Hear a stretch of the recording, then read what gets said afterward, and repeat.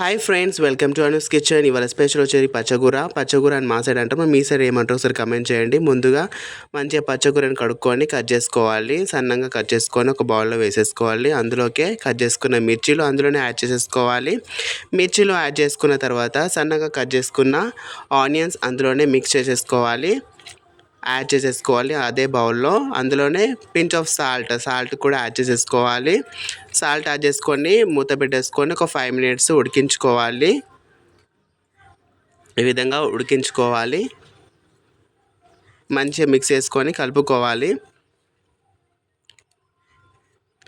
ఇంకో ప్యాన్లో మంచిగా ఆయిల్ వేసేసుకొని వేడైన తర్వాత అందులోకి ఆవాలు జీలకర్ర యాడ్ చేసేసుకోవాలి.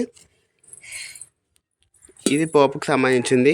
మెంతి, ఉల్లాకు, కరివేపాకు, 2 మిర్చీలు అండ్ వెల్లుల్లి సెట్ చేసుకోవాలి. ఇప్పుడు అవి పోపుదిలోకి వేసేసుకోవాలి.